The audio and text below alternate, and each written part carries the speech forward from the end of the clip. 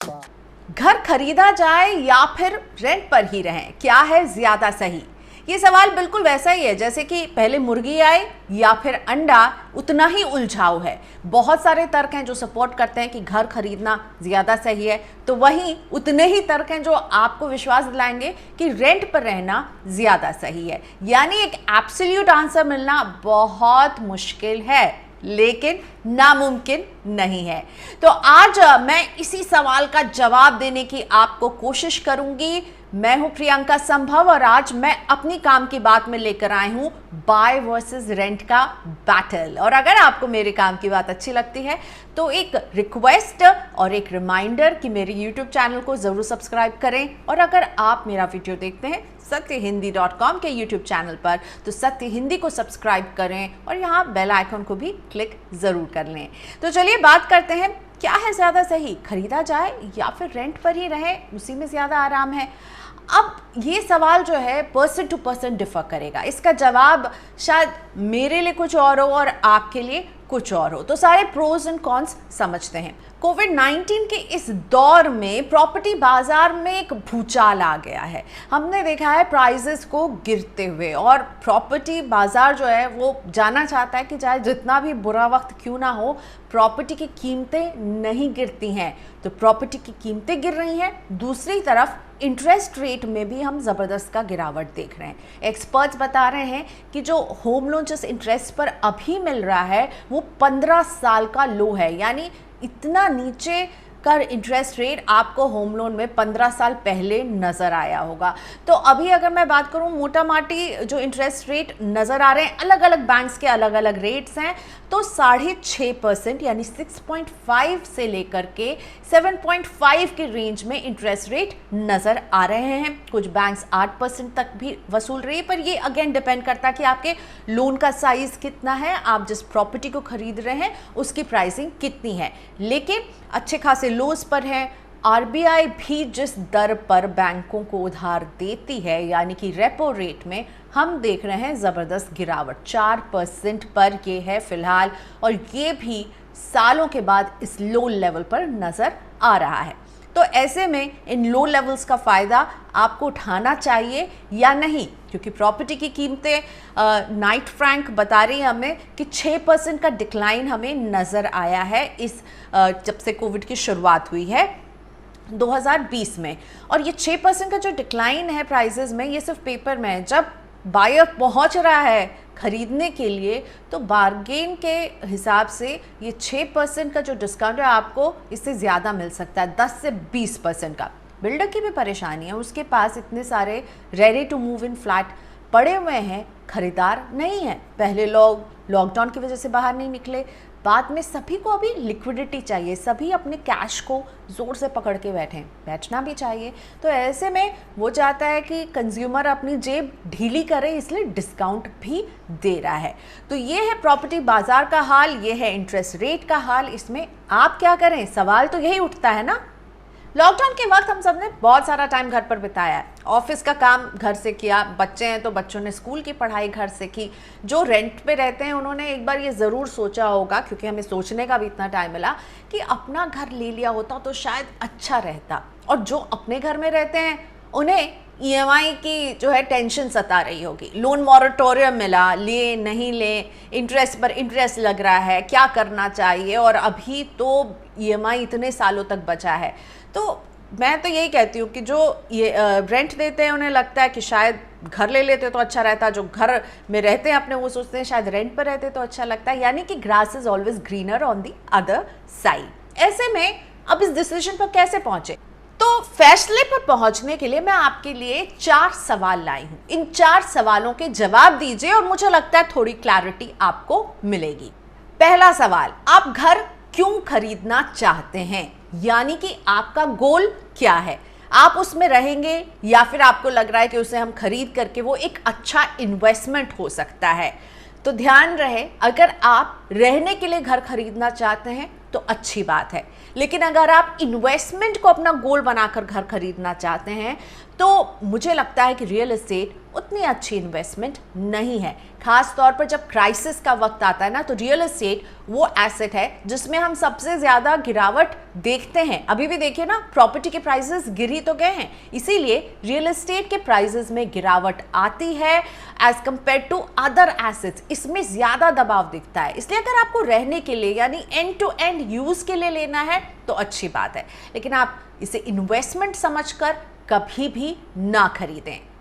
तो real estate मुझे एक बैड इन्वेस्टमेंट लगता है। अब आते हैं दूसरे सवाल पर। दूसरा सवाल कि आपकी जॉब कितनी स्टेबल है, आपकी सैलरी कितनी स्टेबल है। क्योंकि जब आप अपना घर खरीदेंगे, आप लोन लेकर अगर घर खरीद रहे हैं तो आप ईएमआई का एक लॉन्ग टर्म कमिटमेंट करेंगे, क्योंकि ईएमआई जो है वो 15 से 20 साल तक आपको अदा करनी होगी। वहीं रेंट जो है वो आप बदल सकते हैं। अगर आप एक मान लीजिए 20,000 के रेंटेड घर पे रहते हैं और आपको लगता है कि अब आपका बजट अलाउ नहीं करता, तो आप एक छोटे घर में शिफ्ट हो सकते हैं। लेकिन आप ईएमआई जब देंगे तो ऐसा नहीं कर सकते। ईएमआई में आपको वो फ्लेक्सिबिलिटी नहीं मिलेगी। एक लॉन्ग टर्म कमिटमेंट है। और जॉब मार्केट जिस तरह से पैंडेमिक के सिचुएशन में बदली है, सैलरी कट जिस तरह से हुए हैं, ऐसे में जॉब स्टेबिलिटी एक बहुत ही इंपॉर्टेंट फैक्टर हो जाता है ये डिसाइड करने में कि आप घर खरीद सकते हैं क्या लंबे समय तक ईएमआई देते रहेंगे। लिक्विडिटी जो है उसको आपको देखना होगा, जज करना होगा कि कैसा है आपके पास लंबे समय के लिए। आते हैं अब तीसरे सवाल पर। आपकी जॉब का नेचर कैसा है? क्या ट्रांसफरेबल है या फिर आप जॉब बदलते रहते हैं? अगर आप जॉब बदलते रहते हैं, यानी आज आप एक शहर ए में हैं, कल शहर बी में होंगे, परसों किसी और शहर में हो सकते हैं, या फिर आपका ऑफिस बदल सकता है, तो ऐसे में अगर आप एक घर खरीद लेंगे ना तो आप उससे बंध जाएंगे। उसी लोकेशन के आसपास आपको काम कर रहे होंगे। अगर आप रेंट पर रहेंगे तो आप आराम से बदल लेंगे। आप अभी भी शहर बदल सकते हैं अगर आपने घर खरीदा है, लेकिन तब सोचिए आप एक और शहर में रह रहे हैं, आपका घर किसी और शहर में है, तो एक एडेड लायबिलिटी तो आप पर रहती ही है।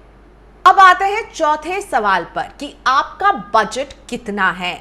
जो आपका बजट है, क्या उस बजट में आपको अपनी पसंदीदा लोकेशन में अपना पसंदीदा घर मिल रहा है? क्योंकि ये बहुत इंपॉर्टेंट है।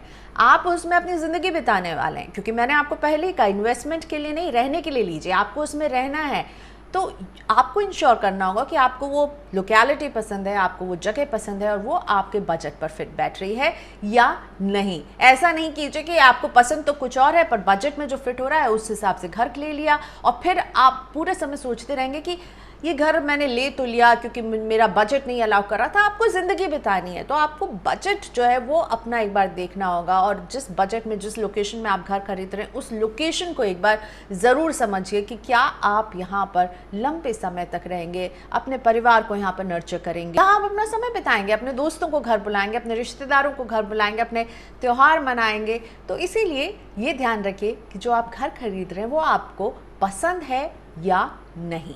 अब आपको प्रॉपर्टी बाजार का एक मौजूदा हाल भी बता देती हूँ। प्रॉपटाइगर जो है एक प्रॉपर्टी ब्रोकिंग कंपनी है जो बता रही है कि पूरे देश में अभी फिलहाल 7,23,000 से ज़्यादा रेडी टू मूव इन घर हैं जो कि खाली पड़े हुए हैं, अनसोल्ड स्टॉक है। नाइट फ्रैंक हमें बता रही है कि केवल 8 शहरों का उसने आंकड़ा देखा और उसमें देखा है कि 4,46,000 से ज्यादा घर खाली पड़े हुए हैं, जिसमें से 1.5 लाख घर तो केवल दिल्ली एनसीआर में है। मुंबई में 1,18,000 घर हैं जो खाली पड़े हुए हैं। रॉयटर ने कुछ प्रॉपर्टी एनालिस्ट के साथ एक पोल किया जिसमें ये पाया कि सभी लोग प्राइजेस को लेकर के डरे हुए हैं और कह रहे हैं कि प्राइजेस में 6-7% का रिडक्शन वो देख रहे हैं, और अगर फेस्टिवल सीजन में सेल पिकअप नहीं करती है तो शायद अगला फेस्टिवल सीजन भी बुरा ही बीते। यानी रियल एस्टेट का हाल अभी फिलहाल बुरा है। तो क्या इस बुरे हाल में आपको एक अच्छी डील मिल सकती है? इसके लिए आपको निकलना होगा, देखना होगा, और बहुत ज़रूरी है कि आप बार्गेन करें, क्योंकि हमें नाइट फ्रैंक के ऑफिशियल रिपोर्ट में ये कहा जा रहा है कि जब बायर दरवाजे तक पहुंच रहा है बिल्डर के, तो निगोशिएशंस हो रहे हैं, बार्गेनिंग हो रही है और 20% तक का डिस्काउंट तक देने के लिए बिल्डर तैयार है। यहां तक कि अब तो फेस्टिवल में भी हम बहुत सारे डिस्काउंट ऑफर्स देखेंगे, इसलिए घर खरीदने का मन बना रहे हैं तो इन डिस्काउंट ऑफर्स पर नजर रखिए। घर खरीदना है तो रेंटल यील्ड, ये एक बहुत इंपॉर्टेंट फैक्टर हो जाता है। तो क्या होता है रेंटल यील्ड? बेसिकली आप जितनी ईएमआई देंगे उसका एक कंपैरिजन होता है जो आपको रिटर्न में रेंट मिलेगा। इसका एक फॉर्मूला होता है, आप सालाना रेंट डिवाइडेड बाय प्रॉपर्टी की कीमत इनटू 100 कीजिए और आपको एक रेंटल यील्ड नजर आएगा। फिर आप कंपेयर कीजिए कि उस इलाके में रेंट किस तरह से बढ़ रहे हैं, स्टैग्नेंट हैं या फिर गिरे हैं, क्योंकि हमने कोविड के इस माहौल में देखा कि कई एरियाज में रेंट में गिरावट भी आई है। जब आप एक घर खरीदते हैं तो आप उम्मीद करते हैं कि ये आपकी एक प्रॉपर्टी होगी, आपकी एसेट होगी और इसमें आप कुछ रिटर्न एक्सपेक्ट करेंगे। यही रेंटल यील्ड का पेज जो है वो समझना ज़रूरी है और एक प्राइस कंपैरिजन ईएमआई और रेंट का मैं आपको देने वाली हूँ। आपको एक प्रॉपर्टी पसंद आती है, कीमत उसकी 80 लाख है, बैंक पूरा तो फाइनेंस नहीं करेंगे, आप उस पर लेते हैं 60 लाख का लोन, 20 साल का टेन्योर है उस लोन को अदा करने का, 7.5% है इंटरेस्ट रेट, तो मंथली ईएमआई आपकी पड़ेगी 48,336 रुपए। यानी आप साल में खर्च करेंगे 5,80,000 के आसपास। तो 5,80,000 आपका सालाना आउटफ्लो होगा लोन की तरफ। अब उसी लोकेलिटी में आप घर के जाकर के रेंट पता कीजिए और आपको पता चलता है कि उस घर का रेंट है फिलहाल 20,000 रुपए। 20,000 रुपए यानी 12 महीने में 2,40,000 रुपए आप खर्च कर रहे होंगे। तो यही आप देखिए, ईएमआई में आप खर्च करेंगे 5,80,000 के आसपास साल में, और आप जब रेंट दे रहे होंगे तो 2,40,000 आप खर्च कर रहे हैं। अब इन दोनों का जब रेंटल यील्ड मैंने निकाला तो रेंटल यील्ड निकलता है 3%, यानी आपको 3% का वो रेंट जो है, रेंट का फायदा आपको वहां से मिलेगा। और अगर ये रेंट गिरते हैं तो जाहिर तौर पर रेंटल यील्ड आपको कम लगेगी, यानी कि आप जो खर्च कर रहे हैं और आपको जो उससे वापस मिल रहा है उन दोनों के बीच में काफी फर्क है। तो यानी आपकी जेब से ज्यादा पैसे निकल रहे हैं और जब उसी एसेट से कमाई की बात आ रही तो आपकी जेब में कम पैसे वापस आते हुए आपको नजर आएंगे। इन सवालों का जवाब देना और आपको देखना कि आपकी सिचुएशन कैसी है। लेकिन मैं आपको बताती हूँ होम लोन और रेंट के फायदे और नुकसान। नंबर 1, होम लोन को कहा जाता है इन्वेस्टमेंट, वहीं रेंट खर्चा है। आप जैसे जैसे ईएमआई पे करते जाएंगे आप अपने होम स्वीट होम की तरफ एक कदम तो आगे बढ़ा रहे होंगे। वहीं रेंट आप सालों साल देते रहेंगे तब भी वो घर आपका अपना नहीं होगा। होम लोन आप जब लेते हैं तो आपको कई सारी टैक्स छूट मिलती है। आपको प्रिंसिपल पर 1.5 लाख तक की छूट मिलती है एटीसी में, वहीं सेक्शन 24 के तहत इसके इंटरेस्ट पेमेंट पर आपको छूट मिलती है। आपकी जब रेंटल कमाई होती है तो वहां पर आपको कुछ छूट मिल सकती है। तो इस तरह से अगर आप 45 लाख का से कम का घर खरीदते हैं तो भी सरकार एक स्कीम लेकर आई है जिसके तहत आपको इंटरेस्ट पर और एडिशनल छूट मिल सकती है। यानी आपको होम लोन कई तरह की टैक्स छूट दिलाता है। अगर आप रेंट पर रहेंगे और आप सैलरीड हैं तो आपको एचआरए एग्जेम्पशन मिलता है। आपको ये तो नहीं लग रहा है ना कि मैं चाह रही हूँ कि आप घर खरीदें और होम लोन मुझे ज़्यादा बेटर लग रहा है, ऐसा नहीं है। रेंट के भी अपने फ़ायदे हैं। फ़ायदा नंबर 1 कि ये आपको लोकेशन फ्रीडम देता है। आप जब चाहें अपना घर बदल सकते हैं। आपको वो लोकेशन पसंद नहीं है, आपके पड़ोसी आपको पसंद नहीं है, घर में आपको लगता है कि विंटर्स में अच्छी धूप नहीं आती है, तो आप घर बदले, अपना बोरिया बिस्तर उठाया और आप निकल गए एक नए घर नए लोकेशन में, जहाँ मन किया वहाँ आप रह सकते हैं। और दूसरा फ़ायदा ये है कि अगर आप रेंट पर ही रहना चूज़ करेंगे तो ईएमआई के मुकाबले ये आपको सस्ता पड़ेगा, क्योंकि इसमें आपसे कोई इंटरेस्ट महीने में नहीं वसूल रहा होगा। हाँ, ईयरली एक इंक्रीज़ हो सकता है रेंट में, लेकिन हमने कोरोना काल में देखा कि रेंट इंक्रीज़ के बजाय रेंट डिक्रीज़ हुए। और साथ ही में अगर उस रेंट इंक्रीज़ को आप अफोर्ड नहीं कर सकते हैं तो अगेन फ्लेक्सिबिलिटी रहेगी कि आप दूसरे जगह जाके शिफ्ट हो जाएं जहां पर आपको रेंट वही आप दे रहे हो जो आपकी जेब आपको अलाउ करती है। तो अगर आप होम लोन लेंगे, अपना घर खरीदना चाहते हैं तो तैयार रहिए कि आपके पास एक जॉब स्टेबिलिटी होनी चाहिए और आप ईएमआई के लॉन्ग टर्म कमिटमेंट के लिए तैयार हैं। किराए में हाँ हो सकता है आपका मकान मालिक अच्छा नहीं हो तो ये खिटपिट आपको झेलनी पड़ेगी, बट अगेन आप कभी भी इसको बदल सकते हैं। और रेंट के लिए कहा जाता है कि ये मनी गॉन फॉरएवर है, यानी कि आप पैसे देते रहेंगे लेकिन वो घर कभी आपका अपना नहीं होगा, वो रहेगा तो मकान मालिक का ही।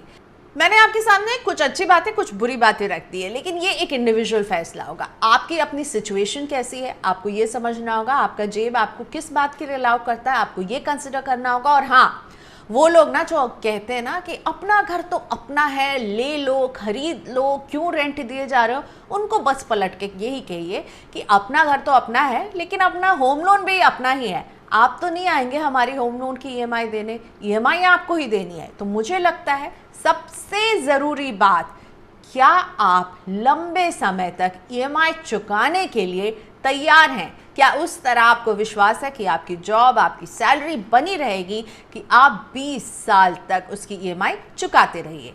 तो अपना घर तो अपना है और अपना लोन भी अपना ही होता है। तो जो लोग सीख देते हैं ना उनकी बात बिल्कुल भी मत सुनिए, अपनी अक्ल लगाइए, अपना डिसीजन लीजिए, अपने सिचुएशन को देख करके समझ करके। इसी के साथ काम की बात में इतना ही। आई होप कि मेरे काम की बात आपको एक फाइनल डिसीजन लेने में हेल्प कर पाए। इन सवालों का जवाब दीजिए और इन्हें लिख करके इनके बाकायदा जवाब बनाइए और फिर इवैल्यूएट कीजिए कि रिस्क कितना है, फायदा कितना है। काम की बात देखते रहिए, आपके मतलब की बात मैं लाती रहूंगी। मेरे YouTube चैनल को सब्सक्राइब करना ना भूलें। सत्य हिंदी पर आप मेरे वीडियो देखते हैं तो सत्य हिंदी को भी जरूर सब्सक्राइब करें।